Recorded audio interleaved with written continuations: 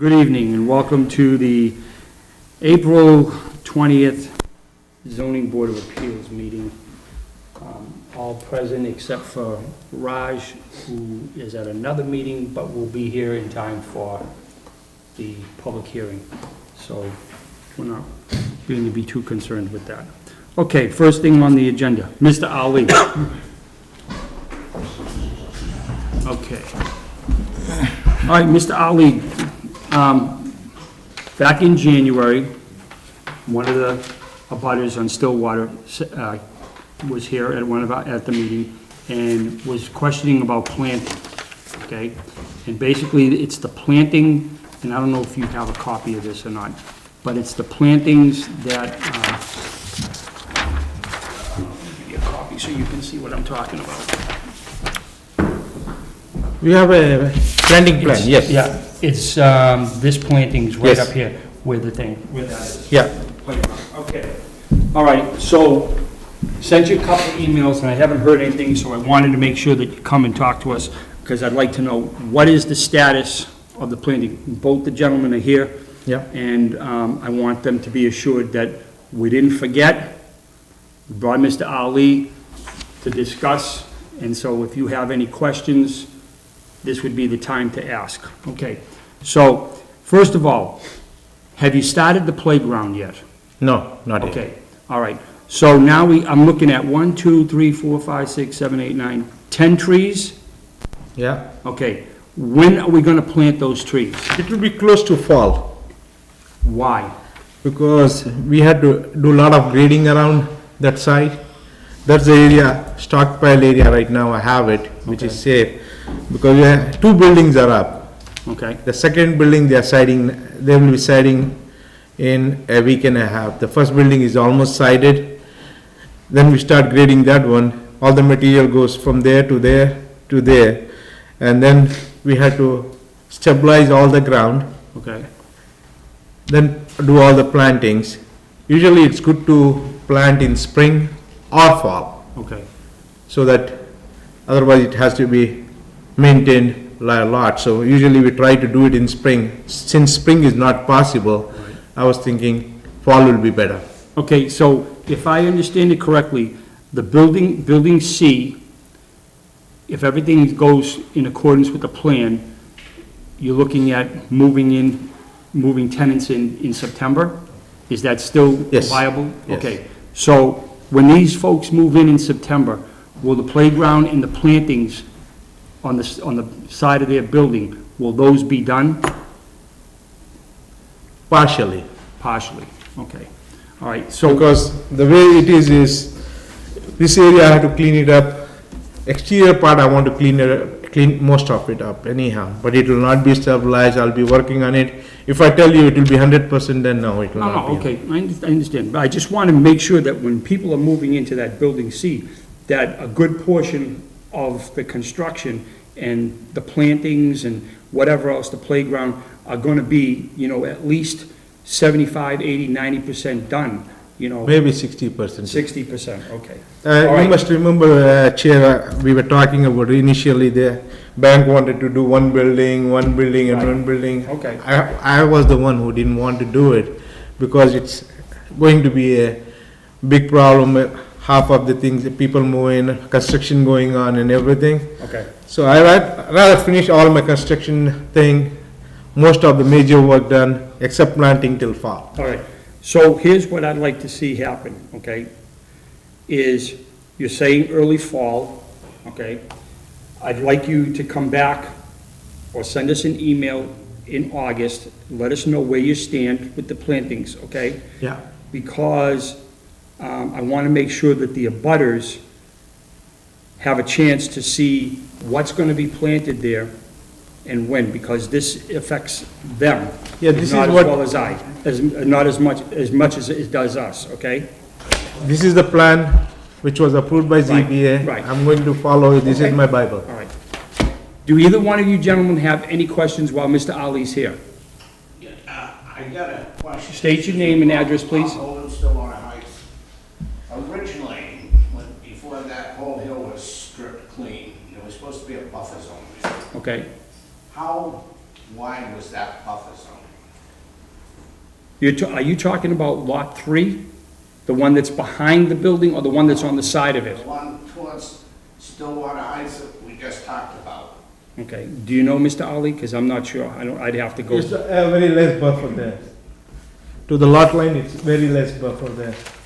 In the plan, it shows those plantings are going right on the lot corner. Yeah, but it was my understanding, when that hill was totally stripped, there was supposed to be a strip that was left alone, untouched, between the private properties and this.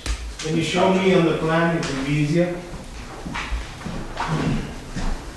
This is the lot corner. Right, and this is the Hanscom's house right here. Yeah. And this whole hill was stripped. Yeah.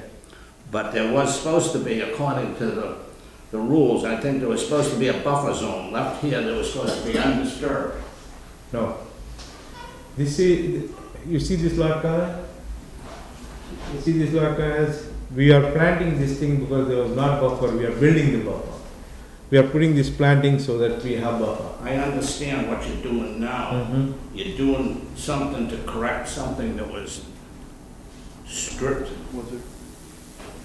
I won't say illegally, but it should not have been stripped. It should have been left as natural zone through there to protect. Okay, but now you're Through the chair. rectifying the problem. No, through the chair. Yep. This is how the plan was approved. Okay, No problem was created. This is how the plan was approved. Because we didn't have much buffer zone, ZBA requested me to do the plantings. We had 2 meetings up till almost 11 o'clock in the night time. That was decided to plant it, but this was not even in the plan. But since the board requested, this was put into it. Nothing was illegally done. It was nothing cut by mistake. This is how the plan is. okay, is what we have now, is this gonna rectify the situation? Is it gonna create the buffer so that it's gonna make these folks happy Eventually. eventually? Okay. What we're gonna do is we're gonna have to go back, Toby, we're gonna have to pull this, go back and see exactly what was said, because I'll be honest with you, it was so long ago, I don't remember. I'm just looking at the plan here and I'm thinking that this is, so what we're gonna do is we're just gonna leave it as is for right now, and the board will investigate this and we'll come back with an answer. But what I'd like from you, Mr. Ali, is that in August, when you're getting ready to do the plantings, I'd like you to come back or send us an email, come back, let us know when you're gonna do it, so that we can notify the abutters, so that they, with your permission, they can come down to the property and look to see where these are gonna be. Is that okay? That's okay. All right, is that gonna be fine with both of you gentlemen? Okay, Just a, yep, go ahead. I know what it is, yeah, I'm also on Stillwater. Right. I think what Bob is referring to, in some of the early ZBA meetings, there was a discussion, some piece of that land was intended to be open space and undeveloped and a vegetative space. My recollection is that was debated back and forth. I don't recall what was ever decided. Okay. But I just wanted to make one additional point. My recollection was, there wasn't a formal agreement, but in terms of the tree plantings, I think in previous meetings, we targeted planting some trees in the spring, and now apparently it's out to the fall. The only thing I would ask is, can we set a target date, a month? The fall, goes into December.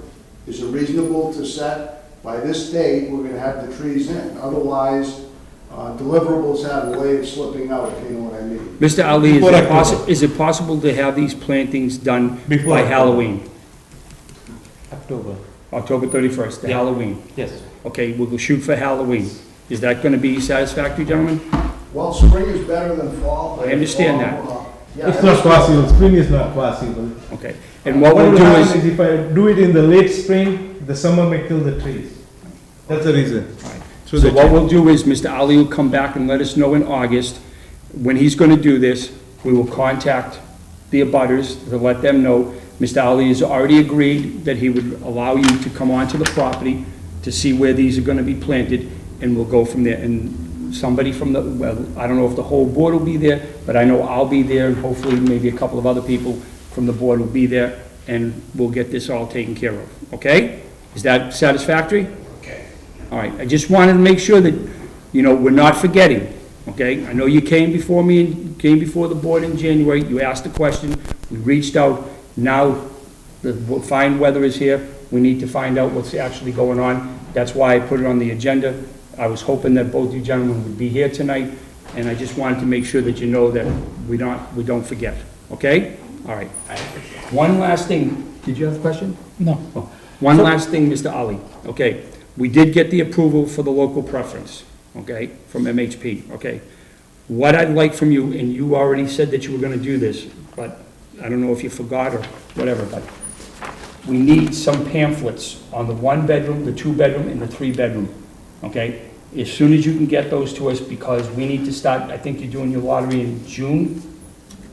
June, July sometime. Okay, so we'd like to have those by at least the beginning of next month, if that's possible. Actually, Chairman, I'm working on that thing right now. Okay, I should have everything ready, but the problem is, as soon as the lottery goes on, yeah, we have a window of 3 months. yeah, If within 3 months, if it doesn't happen, it has to be redone again. right, So I want to see the first occupancy, the best time what way I can do it, so that we don't miss the 3 months' time. Otherwise, again, it has to go back to the housing, Spectrum, and if Spectrum approves it, and again, it has, all the paperwork has to be updated. So I've been talking to, all I'm looking for is a pamphlet that shows me, that's gonna show people what the 1-bedroom is gonna look like, what the 2-bedroom is gonna look like, and what the 3-bedroom is gonna look like. So that when we do when the town does their thing about making the announcement, when people come to sign up, if they choose to, they'll be able to see what the 1, 2, and 3-bedroom are gonna look like.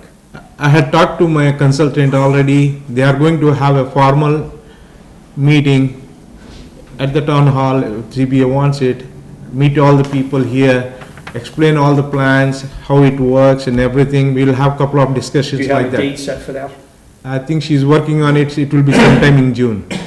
Okay, make sure you send us something and let us know. I'll do that. And also make sure that the town administrator and Affordable Housing Trust is, you know, CC'd on that information, Yeah. okay?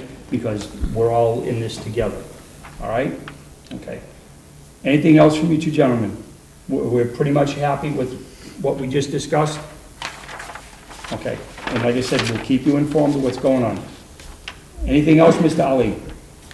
The project is going pretty good. Actually, in 2.5 months, we have done a good progress Okay. in building it. All right, so September still looks like a good month for Building C? Yeah. Okay, all right, just let us know in August about when this is all, the plantings, so that we can notify the abutters, okay?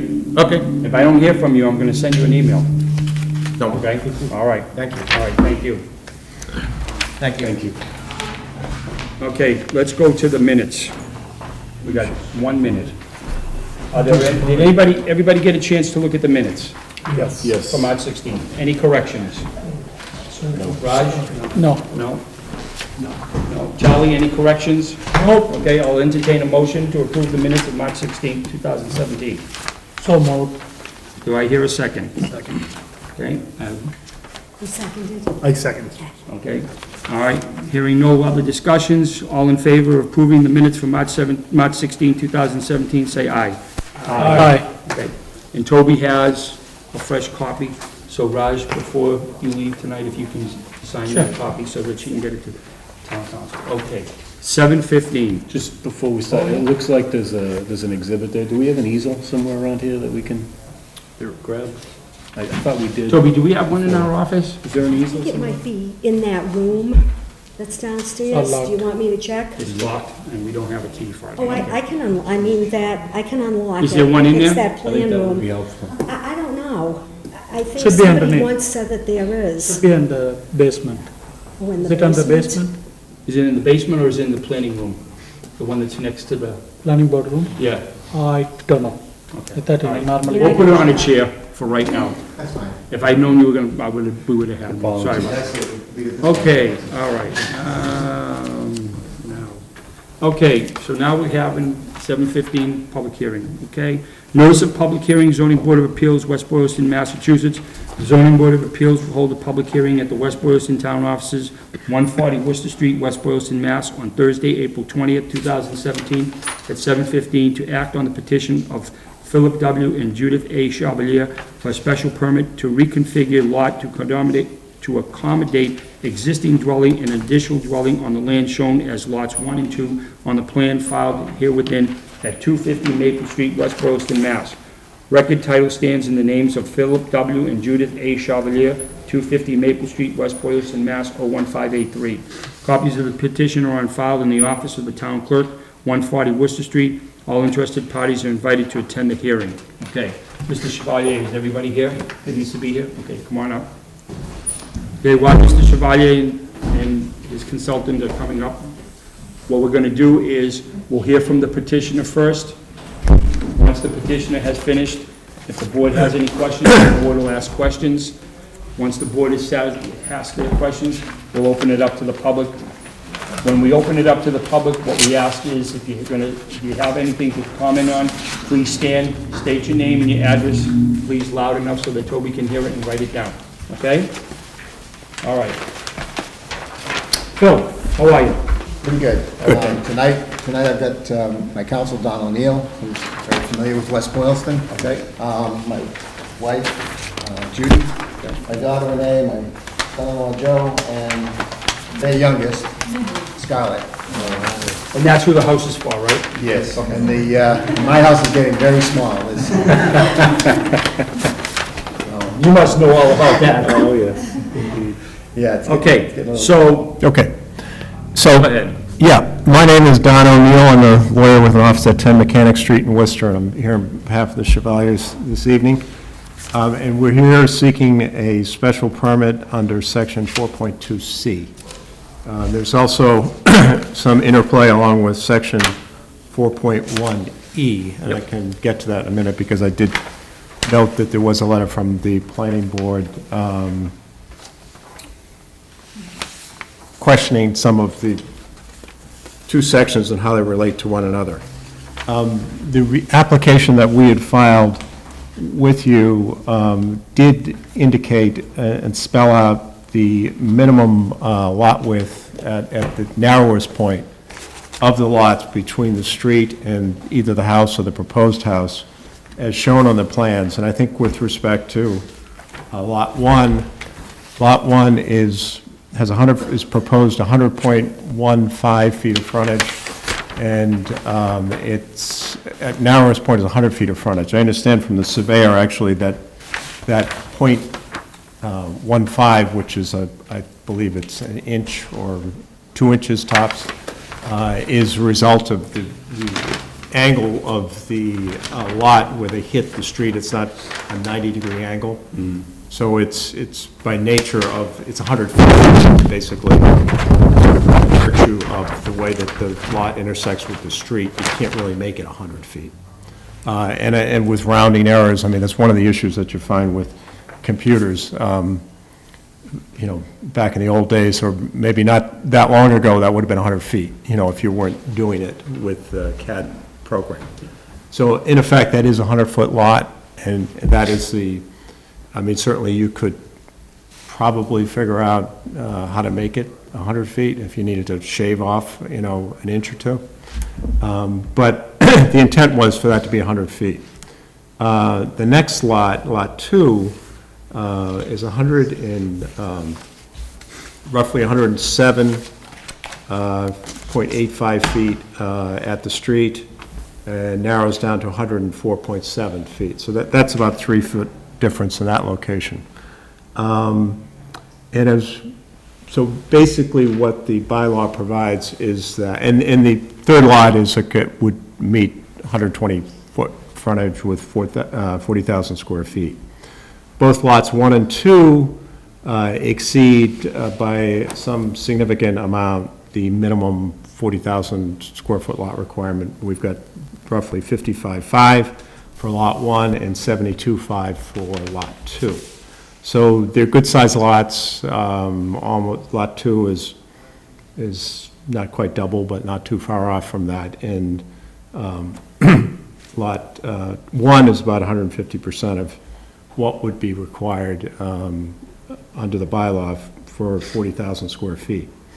The bylaw also talks about the availability or the ability to reduce the frontage down to 4 lots with not less than 100 feet of frontage and 40,000 square feet upon the issuance of a special permit, and the special permit requires a finding that the lots have adequate access, and adequate access is defined as being sufficient frontage to ensure safe access for vehicles, traffic, municipal services, and utilities. And I would submit that the lots as laid out all would comply with that provision. There are good site distances out on Maple Lane in that location. Some provisions have already been made for utilities, recently installed, so that there would be no issue in terms of getting utilities. We're also showing the proposed driveways for lots 1 and 2 basically is adjacent to one another. So there's clearly no issue in terms of the ability to access the property for municipal services or for the public or anyone else. So I think that those requirements are met in this case. The Chevaliers have spoken to most of their neighbors. As to our knowledge, really no one's had any objection to this or do not oppose it. And those are the folks who would be most directly affected by this. And we'll hear tonight if there's some that have some objections that we're not aware of, but that would be an opportunity for them to express those. So I think the issue that I sort of took from the planning board letter is that in one case, again, I think I've explained it a lot. One, it's just the angle. Let me just interrupt Sure. you for 1 second. Did Yeah. you get the revised letter? Yes. Okay. Yeah. All right. I just want to make sure. 'Cause Yeah. I know there was it came out shortly after, like the day before, like yesterday. I think Sure. it was yesterday. So I just Right. want to make sure, I know that Toby sent it, I just want to make sure that you got it. Yeah. Okay. So the request that we have before you is for a reduction in the frontage.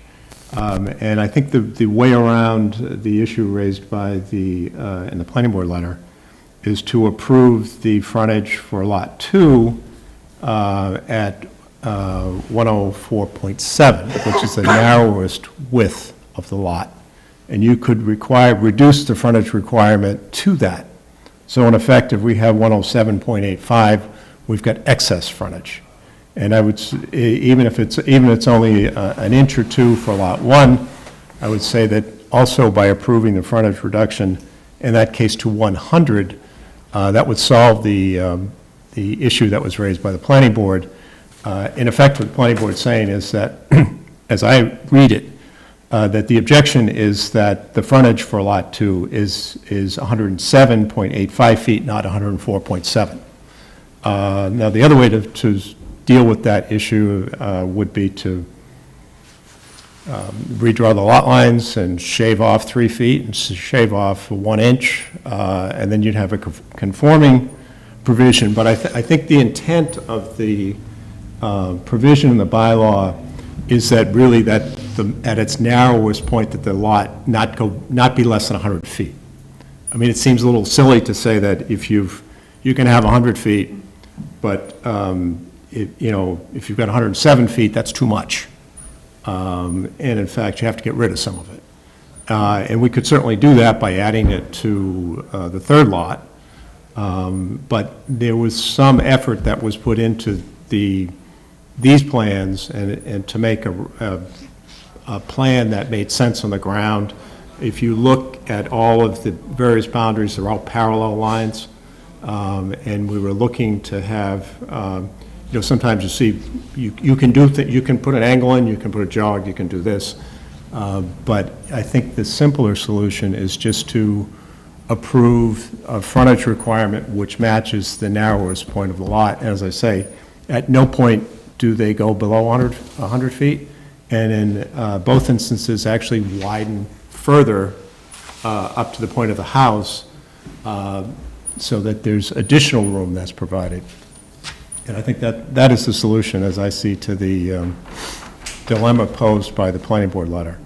I think with respect to the other criteria, we've talked about those. It seems to me that this is, the layout, this is an appropriate location.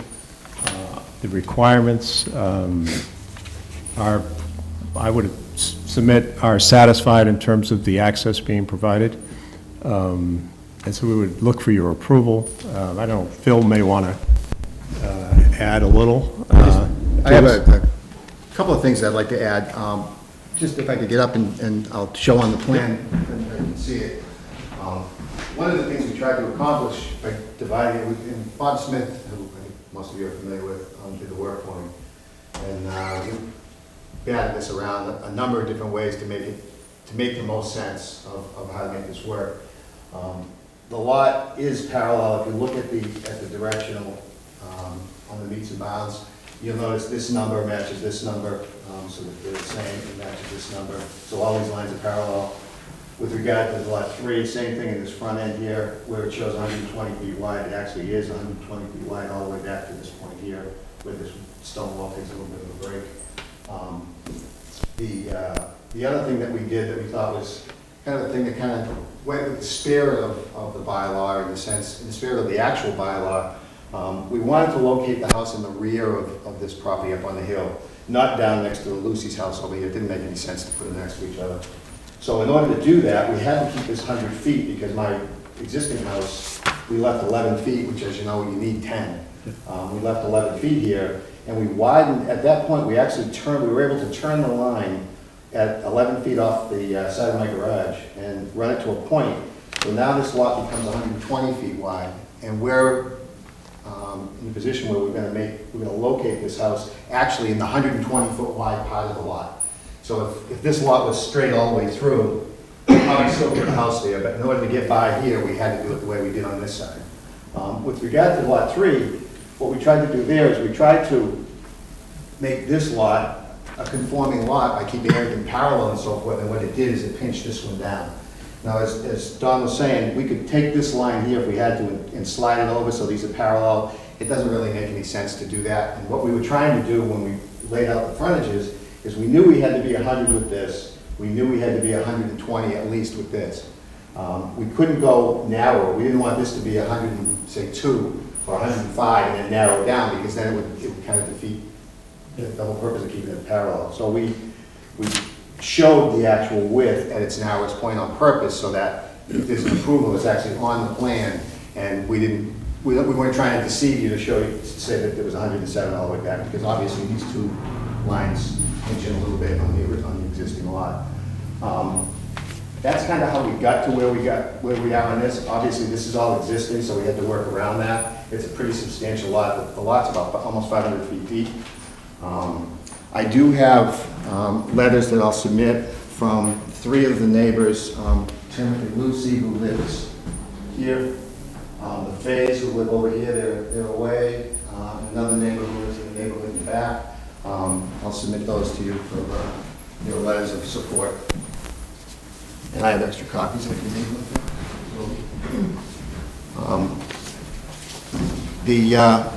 The only other comment that I would have with regard to the planning board letter, there was a reference to a petition at Lost Oak. I've got a unique ability to comment on that because I was in your seat at the time. That particular case was kind of interesting. First of all, almost every abutter was opposed to it, every neighbor up there. But even with that, sometimes, as some of you know, when neighbors are opposed to things, you try to do what you think is along with the law and what's right. But the big issue with this property was there's a covenant on the property at Lost Oak that prohibits the subdividing of the lots subsequent to the houses being built. So we couldn't vote for it. So it really wasn't similar to this. It had a covenant, and that was the main reason that that proposal got voted down. The other thing in developing the center lot where it does pinch down, as we've discussed already, you also heard a petition by Dave Johnson just recently, up a little bit further down here on Maple Street. And that situation is exactly what we have here. He actually had 120 feet of frontage and narrowed down to 112 further into the lot, and that was approved as a special permit, I so. think that was 76 Maple, if I recall. Yes, Does that yes. sound right? Exactly, yep, yep. So he came in and, his lot actually narrowed. He had the requisite amount of frontage, but because Dennis Parker's driveway kicked out into the lot, he needed to narrow it, and subsequently this board voted in favor of his request. So I think that's somewhat similar to what we have. And just to repeat what Don said, I think we meet all the criteria of egress, safety, pedestrian safety, lines of sight, all those types of things. When they reconstructed the road, as Charlie knows, he lives a little further up the street, they improved the lines of sight on that road dramatically. They also increased the speed of the cars on there a little bit, but you can see everything now. They flattened everything out. There weren't any turns or anything, but the elevation of the road would lead you to some blind spots, but they've corrected those about 10 years ago when they did the roads over. So we do have some abutters that when the time comes, I'm sure they're going to comment, but we've pretty much talked to all the immediate neighbors, and not only do we have with some of the immediate ones like the Lucys and Matterses who are here, they're probably the most impacted by this. They're direct abutters. One of them lives behind the lot, and the other one lives in front of the lot, and they are actually supportive of what we want to do. They're encouraging us to do it. As a matter of fact, Mr. Matteris approached me a number of times and said, when are you going to do that? When are you going to get that application in? So we do have the support of the neighbors, at least as far as I know, we have overwhelming support. So I'd be open to any questions or anything that we can add to that, but that's pretty much what I have. Don did a good job of. Anybody on the board?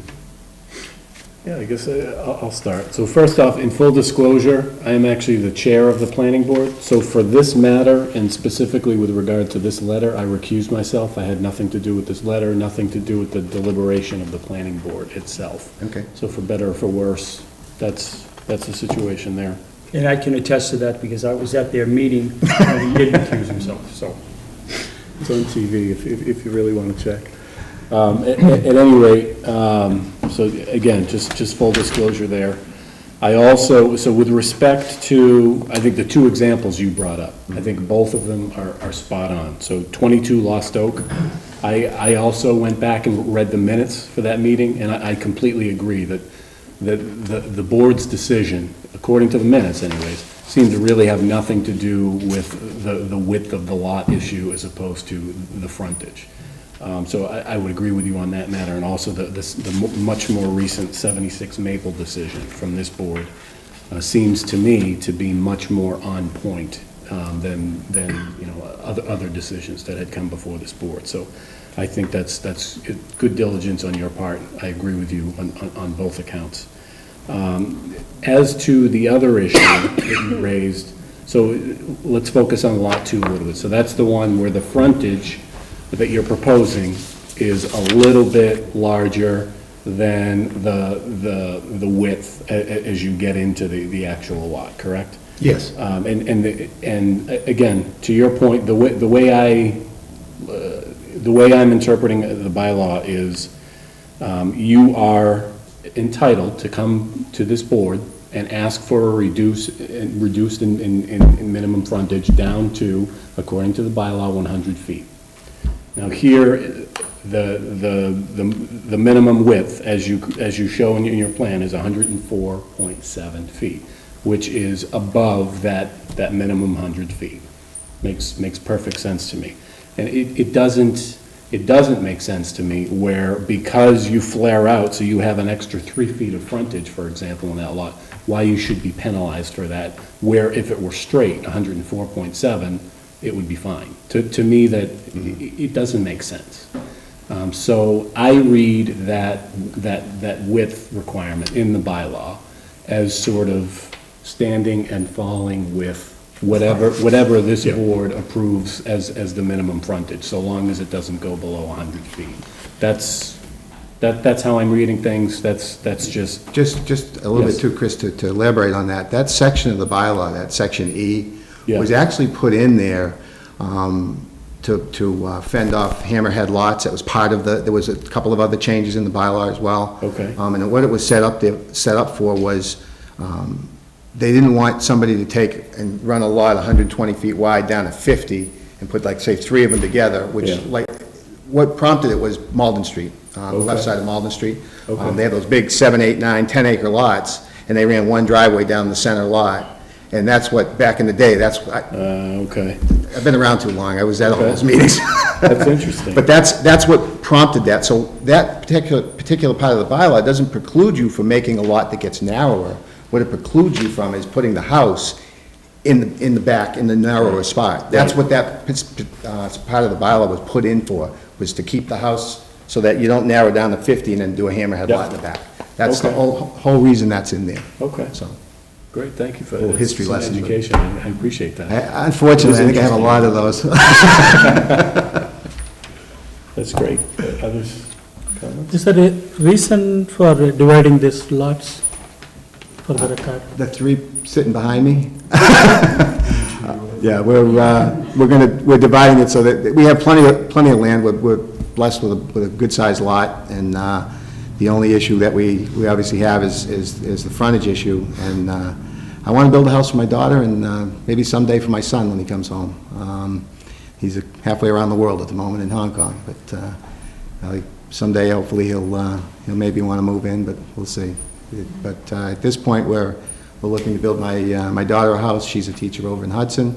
My son-in-law teaches in Southbridge, and we're pretty much an integral part of their daycare plan. So we would love to have them next door. I think it would be a great thing. So Thank you. Mr. Luciani? No questions. Charlie?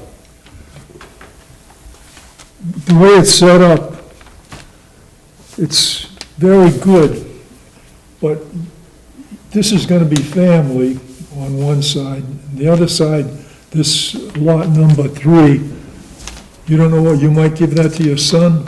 that's the plan right now. If I can entice him to move into, to And your West Boylston. wife can just cut the grass all over. You had to bring that up. See, Charlie, I was wondering who cut all that grass. the plan is there's a son-in-law going to be next door, so I'm going to, But it won't be detrimental to the neighborhood.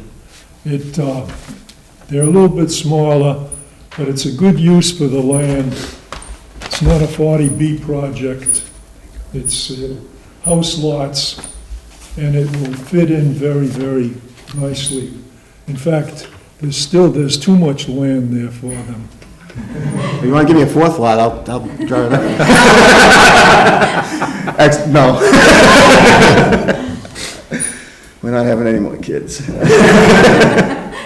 Actually, I was kind of surprised when the planning board did mention Lost Oak, because out of the 5 people here, only Charlie and I were on the board the last time they came.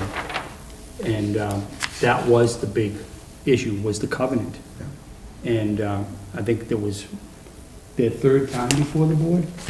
Lost Oak, I think it was the 2nd or 3rd time. 2 during my tenure, so Okay, so they that came was the again. third, it was the 3rd time. And nobody, like you said, nobody was for it, everybody was against it.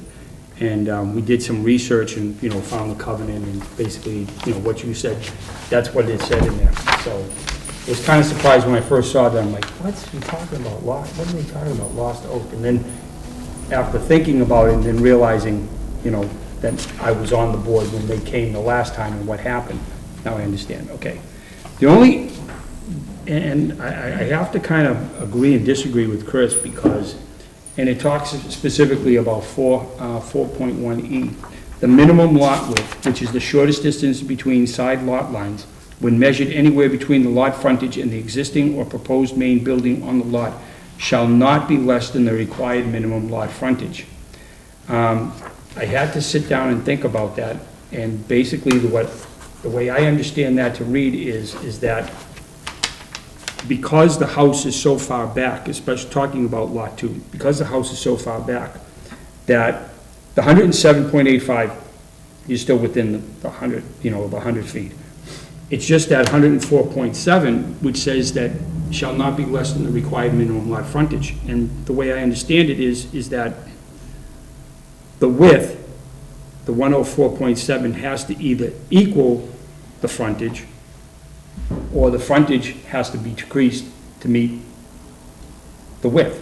In other words, the width cannot be smaller, then it either has to be the same or it has to be larger, okay? So that's one of the issues.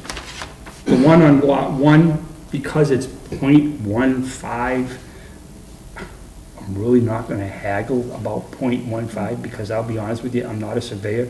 I don't even know what .15 even means, you know? So I wouldn't even haggle with that. I just have the concern about the 104.7 and the 107.85. Other than that, I mean, it looks right, you know, the driveway and everything. You do know that you're gonna have to go to the planning board to get an A&R because you did this, okay? And that was one of the questions that I asked, is, did you have to go to them to get the A&R before you came to us for the special permit? They said no. They have to get the special permit from the ZBA in order to go to the planning board to get the A&R. I said, okay, because they wouldn't approve the A&R unless we approved the special permit. Absolutely. All right.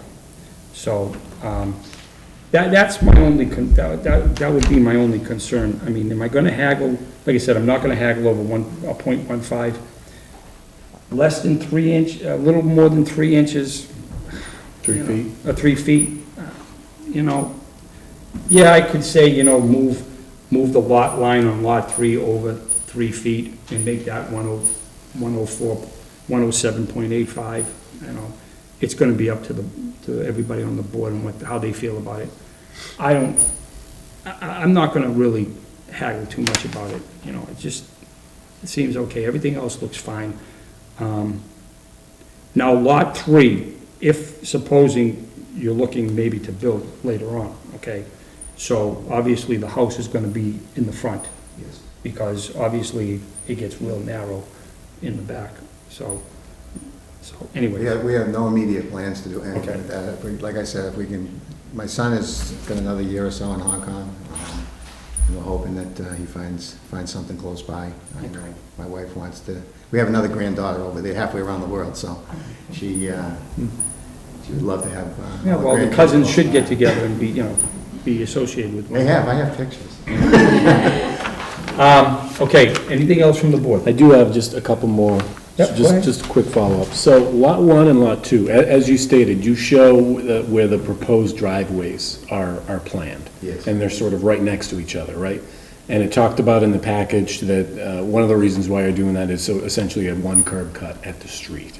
One curb cut at the street, Chris, and the other thing is we live in New England, and I also plow snow. Yep. And we're not gonna, real estate is kind of forever. I mean, whatever we do is gonna be there, whether we're not gonna be around Right. forever.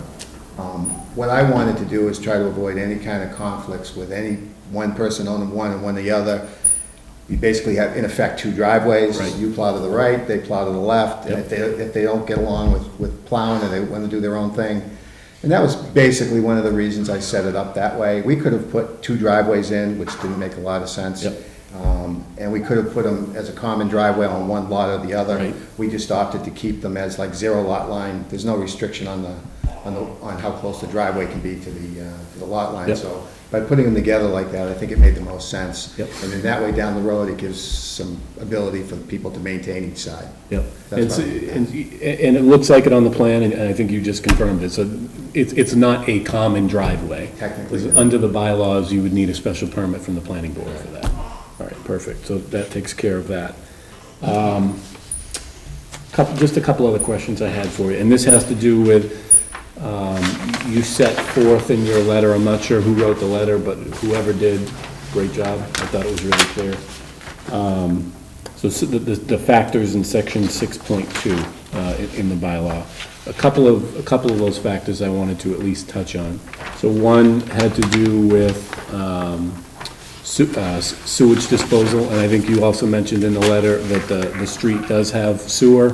we actually already have the betterments and the sewer stubs on the property. Okay, They're already, when they put the sewer in, we had the option of doing that. yep, So, knowing that this was a possibility someday, we opted to put the sewer stubs in, and we've been paying the betterments on them, so. okay. we So do you have 3? Yes. Oh, We have the okay. sewer stubs in their proper locations.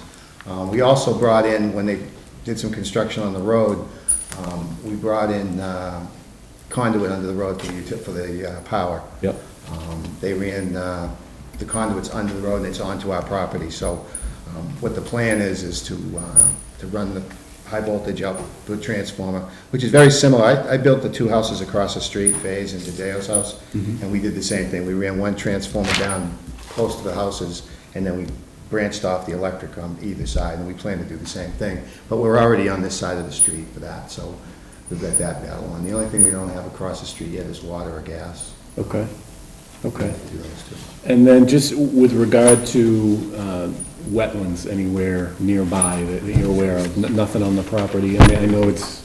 Pretty high and dry. Yeah, exactly. Yeah. So that's great as well. I think the last point that I'll raise, Dave, just before I hand it over to you, is, so far, I mean, we'll wait and see what the public has to say. But I did want to point out that it seems like, so this application that was filed with the town clerk, I believe it was dated March 30th, if my recollection is correct. I think it was stamped received, that is, on March 30th. So I was looking at, again, section 6.2E4, it puts some time constraints on when this board is allowed to make final action for a special permit. And so it's 35 days once this board has notified the planning board, the Conservation Commission, and the Board of Health. Those 35 days have not yet told, so I have a question as to, have we obviously received something back from the planning board, that's fine. Have we received something back either from Conservation or from Board of Health yet? Because my only concern is if we haven't received something in writing, we're supposed to wait 35 days before we make a final action. So, I mean, we can hopefully resolve all the substantive issues tonight, and then maybe continue, make sure that time passes, or give those boards an opportunity for that written request, that, again, that the planning, or that the bylaw does call out for, and hopefully it would be a pretty short, hearing to close next time around. I don't know what other members of the board might think of that, but it does seem pretty clear in the bylaw that we do have to give them a minimum amount of time if we don't get something in writing back from them. So I just wanted to put that out there. It sounds like it's really not gonna be an issue. I mean, it's Board of Health, like you said, sewer, so that shouldn't be a problem at all. The wetlands with Conservation Commission, again, it shouldn't be a problem at all. But I do feel that we need to follow that requirement in one way or the other, and either get something in writing. Yeah, it usually doesn't happen this quickly. Right, exactly. Yeah. Exactly, but since this one did, we're sort of bumping up against that here, so. Again, it's just a process thing, it's not has nothing to do with the substance, so I think that's that. Toby, can we reach out to Conservation and to Board of Health tomorrow? Okay, all right. Like I said, and I agree with you, I don't see anything on here that says anything about the wetlands. Right. So I'm almost certain that, And- and I understand what you're saying, I just don't think that there's gonna be any issues with the COMCOM. As far as I the Board of agree. Health, as long as you have sewer up there, which you do, and you have the connections, then I don't see them getting involved either, because Yeah. they're only gonna get involved if it has to do with septic. Right. So, but we'll have Toby reach out to them tomorrow, Right. and hopefully they'll get us back an answer. And just so you know, Phil, you're not kidding anybody. As a grandfather, I know, you're not doing it for your son, or your son-in-law, or your daughter. You're doing it for that baby. So just admit it, that's what you're doing it for. So, and when your son comes back, you're not doing it for him, you're doing it for your granddaughter. So, I mean, I understand. I have 2 grandchildren. They both live in New York, and believe me, when they come here, they can do whatever they want, have whatever they want. So, as long as they leave their parents at home. At least that's what I tell my wife when she gets upset with me, so, okay, whatever. All right, so Toby, you're gonna take care of that for me tomorrow, right? Right. Okay. All right, anything else from the board? No? Okay, anybody from the public have anything to say? Oh, God, here we go, building inspector. All right, go ahead. Okay, my name is Bentley Hurriet, Building Inspector, Zoning Enforcement Officer. If I could just take a look at that for one moment. Sure, feel free.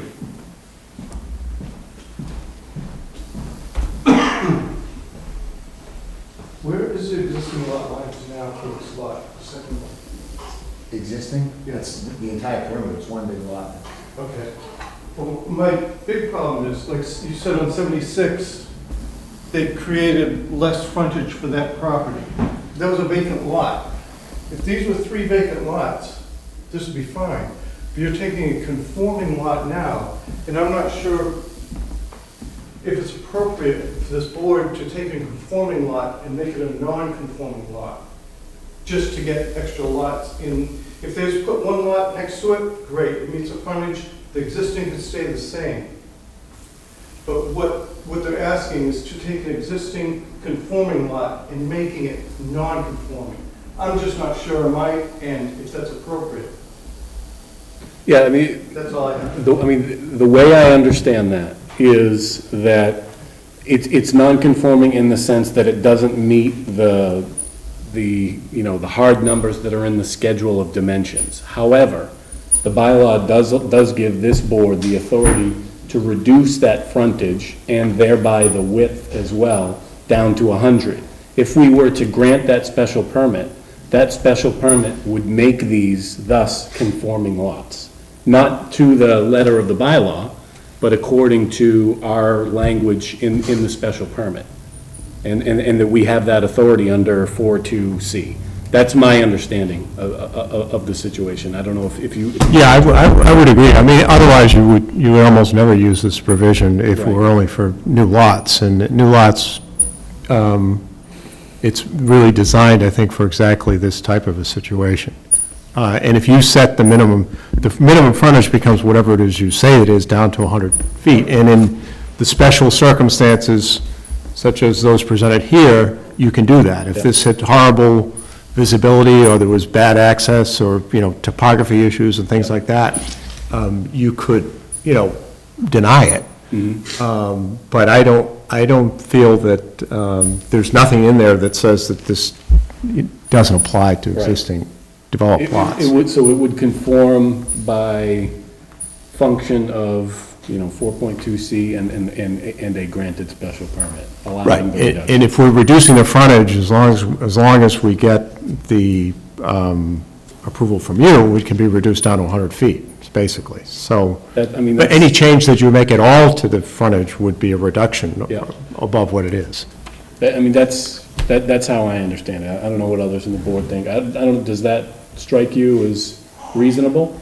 I agree with it, except for this is not 3 vacant lots or one vacant parcel. Yeah. If it was vacant parcel, absolutely I would agree.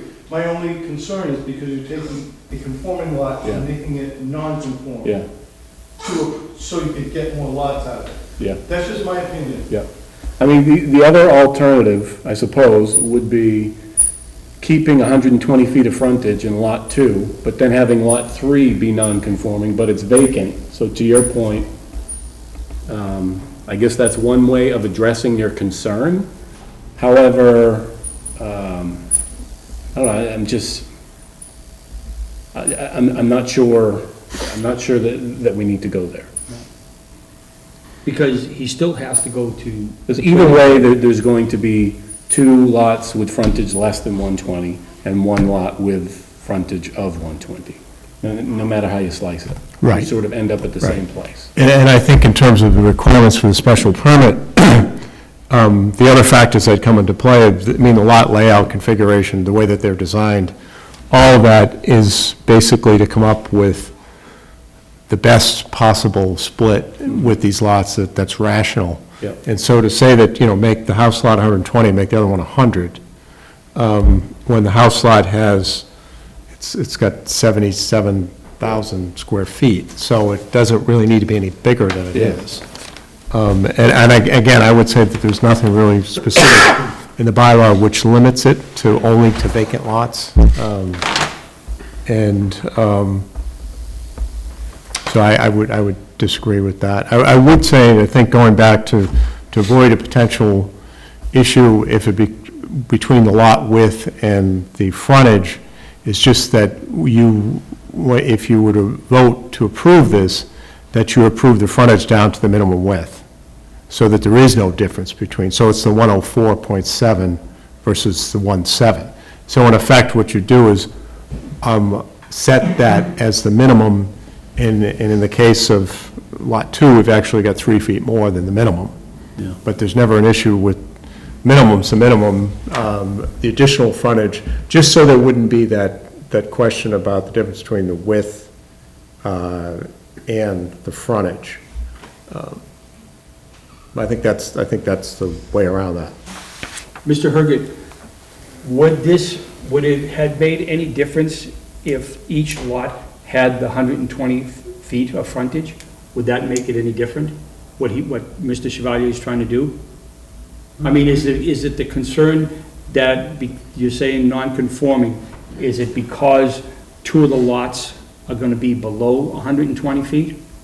Yeah, if they was all 120 feet, he would get approval, we wouldn't be here. Right. The whole idea is because it's not 100, my only concern is taking a conforming lot now and making it non-conforming. I just don't know if that's appropriate. Yep. That was my question. Yep, yeah, If I could, I would argue that if there's a provision in the bylaw, which there is, to reduce the frontage with a special permit, yeah. it's not a non-conforming lot, it's a conforming lot. It's a special permit, but it conforms to the zoning bylaw. Our zoning bylaw allows you to go to 100 feet Yeah. with your approval. Yeah. It's not a non-conforming lot, it's a conforming lot because you're saying it is, but you're allowing the frontage to be less than 120, but it's still part of our zoning bylaw. It's not as if we had a lot there that was, 20,000 square feet and it was non-conforming in that respect. Yeah. Or even if it was a non-conforming lot that was less than 100 feet. Yeah. You could argue that would be a non-conforming lot, but Yeah. I've always interpreted it, if it's in our bylaw, even if it's a special permit, that it's part of the bylaw, Yeah. it's conforming to our bylaw. Right. I mean, I think it's a great issue that you raise. But when I'm looking at the bylaw, it doesn't limit the authority of this board to grant this relief to only vacant lots or to only, lots with existing buildings on them. It doesn't specify. So to me, you could apply it to any lot in town. And I would say too that a lot's a lot, so let's just say you had 2 vacant lots, 220 feet of frontage. Yeah, What he's saying is there would be no issue then making one 120 and one 100. yeah. So the fact that there's a house on it shouldn't limit your ability. That would be the identical situation where you could say, well, that's a conforming lot. It doesn't have 240 feet of frontage. It has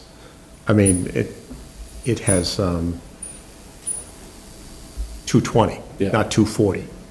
You could say, well, that's a conforming lot. I mean, the fact that there's a house on it, Yeah. and we're not non-conforming with respect to setbacks or area or any of those provisions. It's only the frontage, and there's a specific provision in here which allows by special permit for the reduction. So I think the issue of the house on it, I don't see how that really changes it, whether it's house or vacant, same thing, really. Vacant lots, if you have one large vacant lot, doesn't mean it's a conforming lot. It's just more than you need. So certainly it would be silly to say that you could separate that into 2, but if you've got an existing house in an extra lot next door, and you want to do this situation, you can't do that because you're reducing the frontage on your house. There's nothing magical about the house. A lot's a lot, and if the standard is 120, it's 120, whether there's a house on it or not, unless you make the reduction through this provision. I don't see that as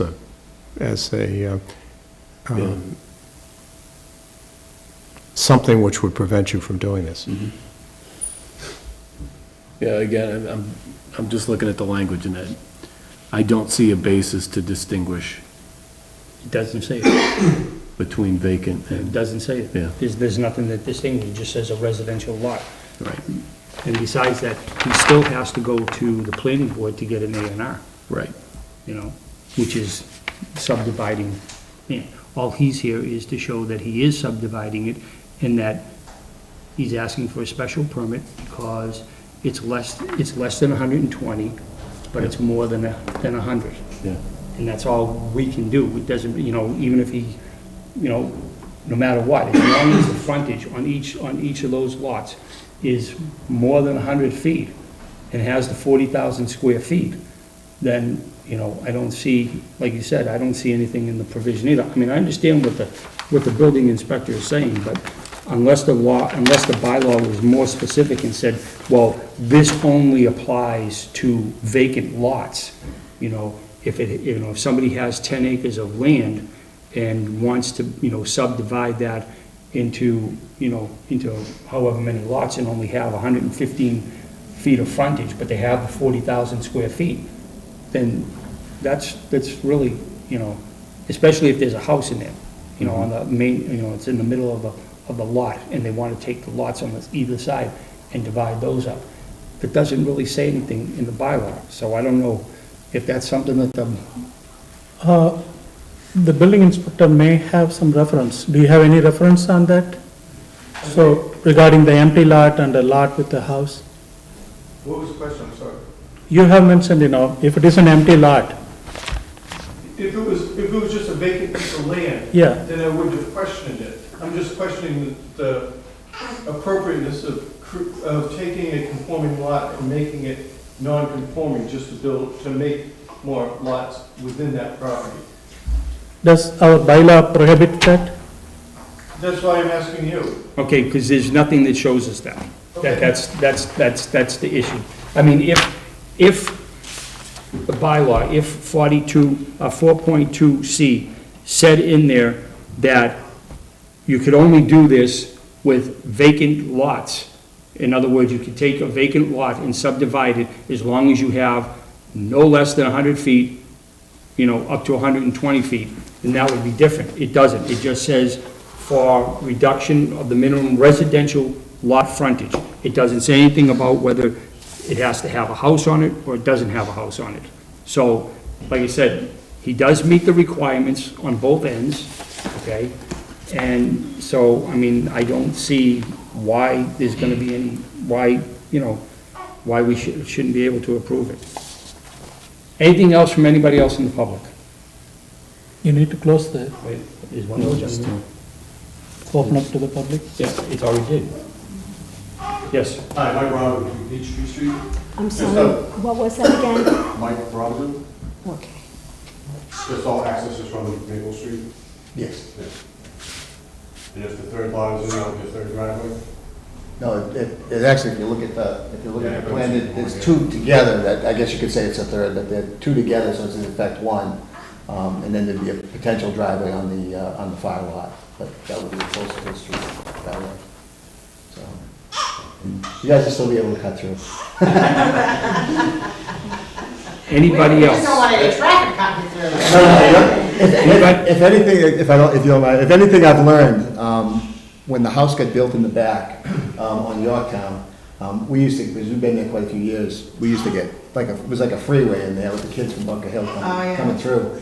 And, once they built that house, they would choked all of that off, so, we actually look forward to some of the neighbors coming through. We've had that for years, but it's usually the ones that live pretty close. He's hoping you're the best. Kids going to visit. Anybody else? Yes, sir. State your name and address, please. Jim Mataris, 38 Edgewood Ave.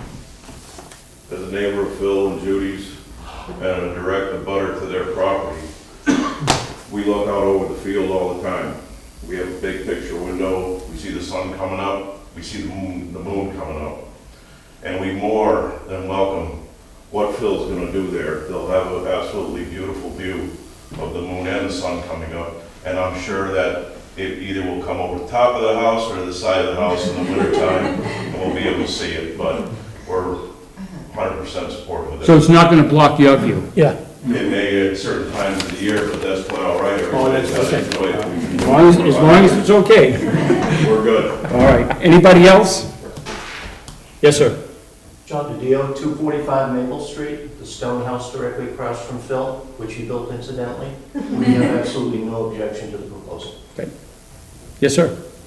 Craig Gagne, excuse me. Craig Gagne, 257 Maple Street, I'm directly across from the Chevaliers. Excuse me. We have no objection either. Fine people. Okay. Anybody else? Okay. Motion to close the public hearing. Motion to close the public hearing?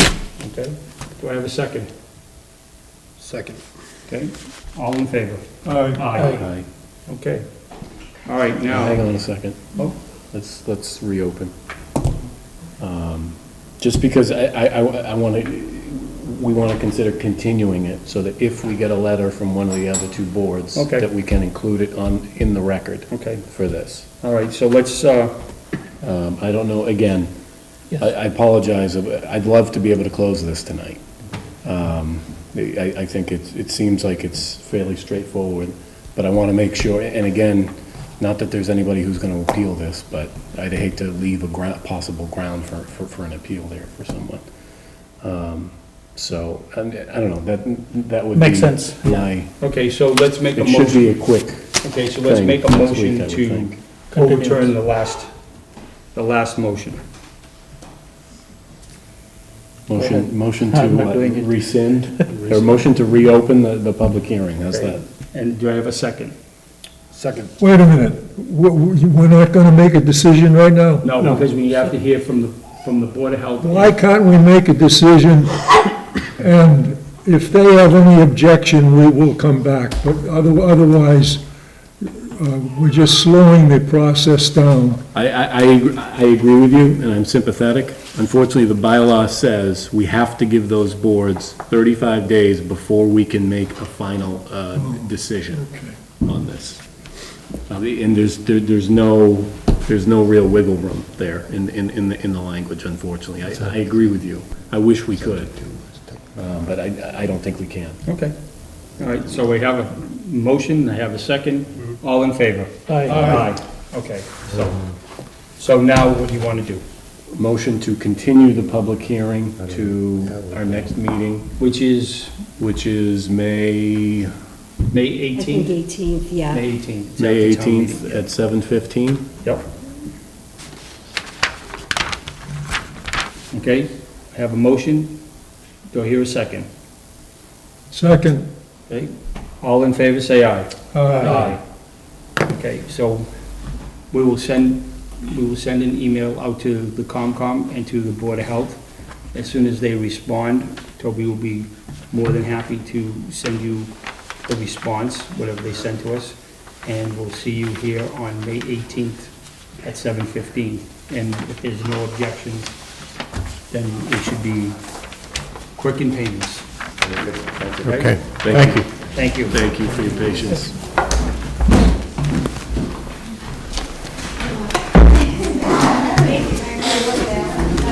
Oh, yeah, all of us.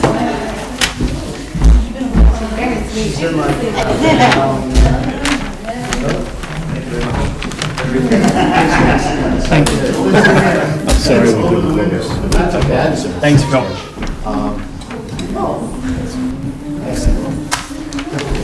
It's good to see you. Okay, Good. building inspector, you're up.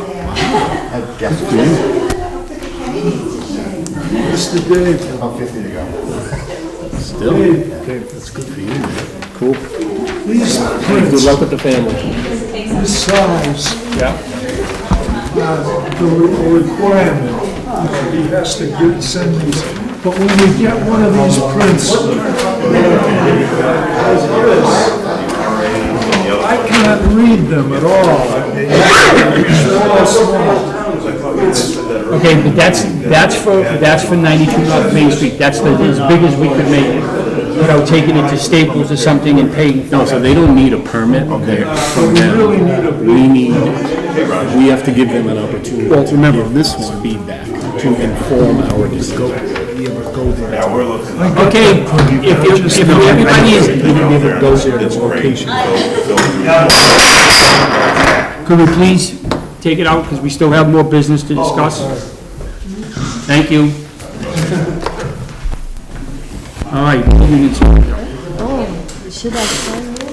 Okay, update from the building inspector about the construction at 92 North Main Street. All right, what you got for us? Anything exciting going on? Oh, yeah, it's moving right along. The fire chief and I were there today. We did an inspection for the fire alarm wiring on the third floor of Building C. Building C is moving along. The plumbing and wiring is all in on the third floor. They have the wiring inspected on the third floor, and I'll probably be doing my rough inspection there late next week for the third floor.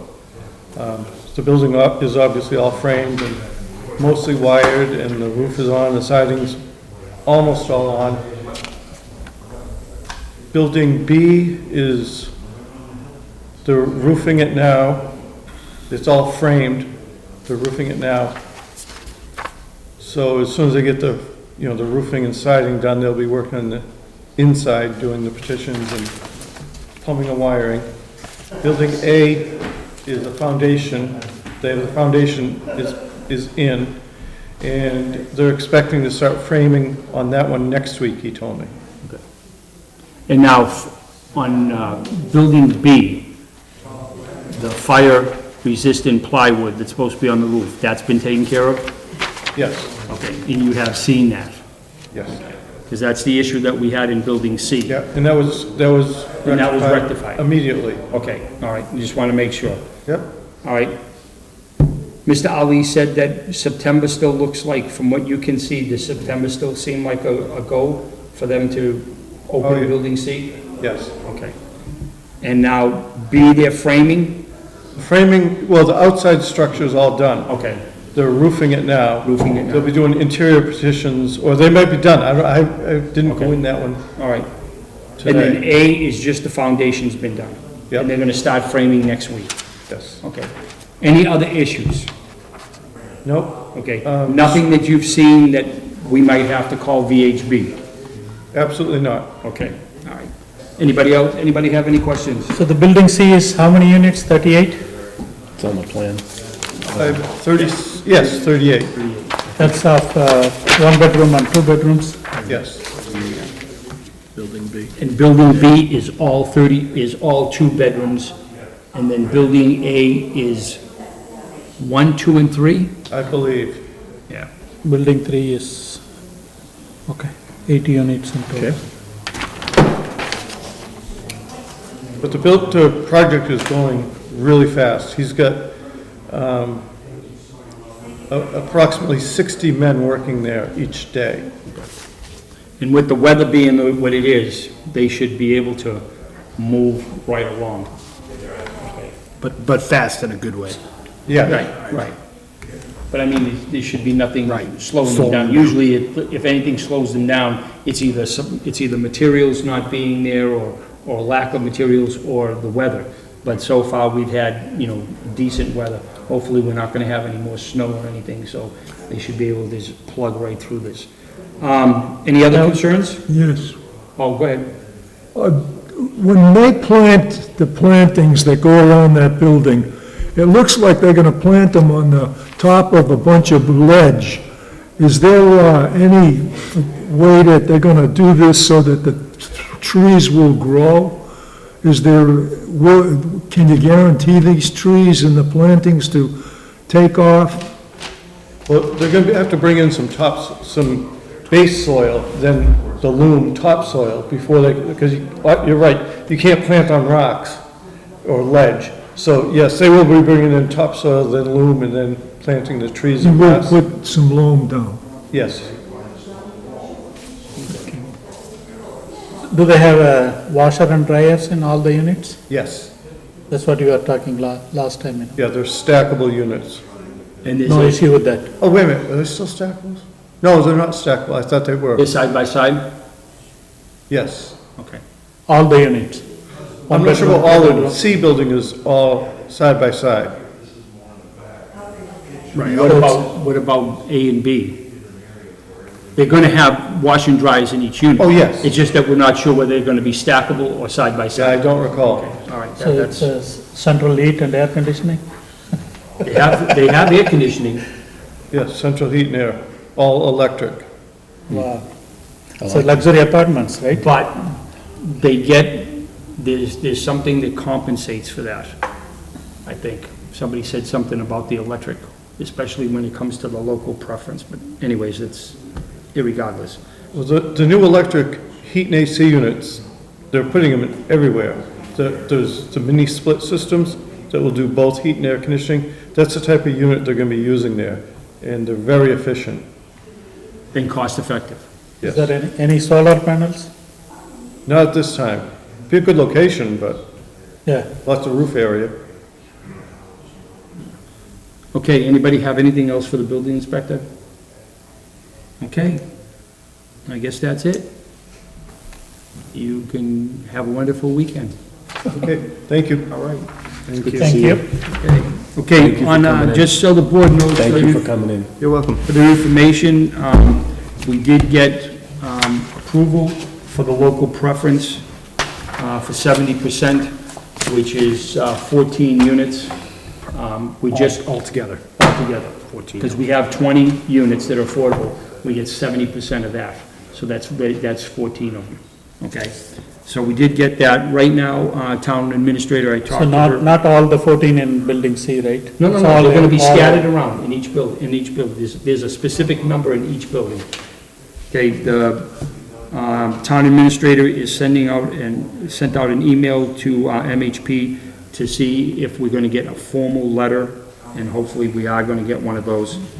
Okay, the last thing is, we're gonna have a special ZBA, meeting next Thursday at 6:30, right here, okay?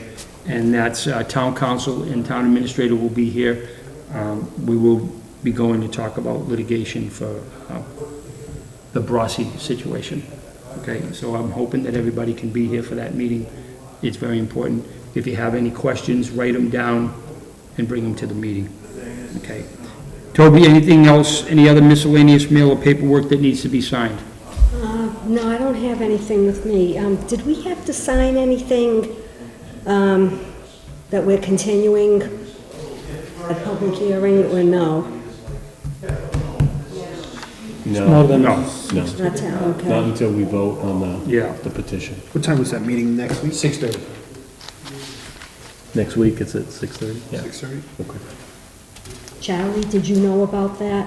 No, Because I think 60 days, right? they're gonna there have is a anything meeting over next 60 days, we need to Thursday at Continue. 6:30 Letter. to talk 6:30. about, Right.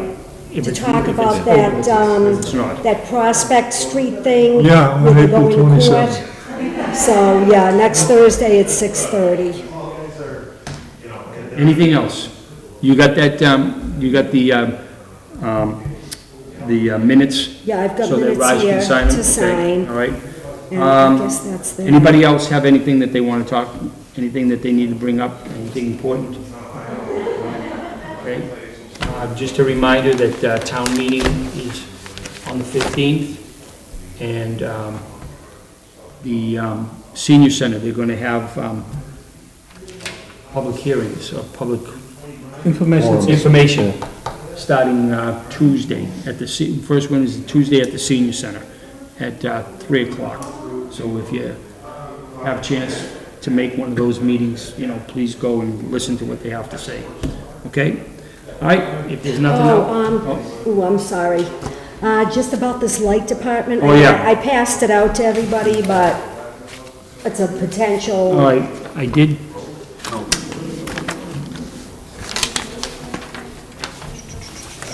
Oh, okay, yes, one other thing too, is that we did get an email from the planning board. They are looking to update and amend the zoning bylaws, and they have listed here the ones that they're looking at, and they would like some feedback, if the board has any feedback. If you do have, please look at the email and look at the different bylaws that they're looking at. If you have anything that you want to contribute or have any questions about that, send them to Toby, and then Toby will forward them to the planning board. Okay. We need to have these by the 1st of May. So, because they'd like to have all the information by the 5th of May, but we'd like to give them a little bit of time, not drop it onto them on the 5th of May, but at least give them at least a week or so. So, by the 30th of April would be fine. If you have anything, like I said, send it to Toby, and Toby will forward it on to the planning board. Okay? There are a couple of issues on here. One of them has to do with special permits regarding the minimum lot frontage and width, which is what we just discussed tonight. Accessory apartments, just to let the board know, myself and the building inspector are looking to rewrite that or revise that accessory apartment. We're gonna make some changes to that. And the digital display sign, that's another thing they're gonna be talking about. And protection of the public water supply, which has to do, basically came up with the Brossi situation, when property is next to the, abuts the aquifer, the 150 and the 50,000. We want to make sure that, see what we can do, because there's really nothing specific in the bylaw that says that we can either, have to leave it there, or that we can, lower it. Town council, for the petition that we had, said that we could do that if so be it, okay? The last thing is that this chapter 40B handbook for zoning boards of appeal, I hope everybody gets a chance to read this. It's a brand new directive that's been put out by Mass Housing Partnership. Toby and I are in the process of making binders for everyone on the board. It'll consist of this and four other handouts. And one of the things that they told us, this was at a meeting that I went to at Holy Cross back in March, and basically they said that every ZBA member should have a copy of this and the other 3 or 4 petitions. So Toby and I are in the process of getting the binders made up, and we'll get each one of these a binder, so you'll have all the information. Now you do have a copy of this, so I would kind of look through it. Just to give you one bit of information, or at least what I thought anyways, was that on page 16 of this binder, of this plan, it talks about critical deadlines for Chapter 40B comprehensive permits. And I know that when we went through the last one with Mr. Ali, there was a lot of ifs, ands, buts, questions about, how much time we had, this, and that, and every other darn thing. This here is probably one of the most important deadline criteria, critical deadlines. It tells you exactly 7 days, from the date of which the comprehensive permit, you can read it yourself. But basically what it does we have 180 days from opening the public hearing, okay, to close it. So if somebody comes in on the 1st of May of this year, we have 180 days that we have to close it. But in between that, it gives you all the critical timelines. And that's one of the things that we're gonna go by if we so are fortunate enough to have another 40B project. But anyways, so other than that, does anybody have anything else? What is the solar panel? I'm sorry? Solar panel? Oh, the solar panel. Okay, John Fitch, who is the director of the West Boylston Lighting Department, they have an existing permit for the distributed generation solar system located at the corner of Shrewsbury Street and Paul Tiverton Drive. They're proposing to install up to 3 new DG systems on the same lot. The DG systems we are considering include energy flywheel battery storage and natural gas combustion peak and resiliency generator. Okay. The way he sent the email, it was like I was unsure of what this is all about. I had Toby reach out to him to ask him when the special permit from 2009, if this was a new project, if it was a continuation of the old one. And he sent back, said that it's a new project that would add a new battery-based distribution generation system on the site. Right now, the site has a solar-based distribution generation system on it, and that would remain. So my question now is, if this is, he had a special permit to do the existing project. That was in 2009. Now he's asking that they want to do this, this distributed generation solar system. They want to do these new DG systems. So now he's saying it's a new project. So my question to the board is, and I'm hoping somebody might have an answer, is is this now considered, since it's a new, he's saying it's a new project, does he have to come back before the board for a new special permit? Because the old one was in 2009, and we know that they have 2 years, once the board issues a special permit or a variance, they have 2 years to use it. If they don't, then it's null and void. Well, obviously, he did use it, but like I said, that was 8 years ago, okay? He's telling us now that it is a new project, so my interpretation is, if it's a new project, that means he has to come back and get another special permit from us to do this project. Does that sound? I think it's a issue for the zoning enforcement officer to determine at first glance. It's a zoning interpretation issue. Okay, all right. So I will reach out to the building inspector. Toby will send the building inspector email. He probably won't see it until Monday, because he doesn't work on Fridays. So let's make sure that we send a copy of all of this, okay? And just ask him for an update. We need his opinion as a zoning enforcement officer of the town of West Boylston. But I think the applicant has to go to the zoning inspector, not us. I know, but he's... The applicant does. The applicant, right, but what he's asking us, he's saying that he already has a special permit. Agreed. He wants to put this new project using that special permit, Yeah. okay? I'm not sure if now he's So telling the me... building inspector won't be making any decision, right? Well, what he's going to Unless do the is... applicants ask the building inspector. I think he's gonna look through the bylaws to determine where he should Yeah. go. Right, and then he'll send us his report saying yes, that he needs to... So then come you up. will direct them. Right, Yes. Okay. okay, all right. So Toby will take care of that tomorrow? Okay. So tomorrow, we got this to go to the building inspector, and then a copy of Phil's petition to go to the Board of Health and to the COMCOM. Okay? All right. Anything else? Nothing? Okay, I'll entertain the motion to adjourn. Motion to adjourn?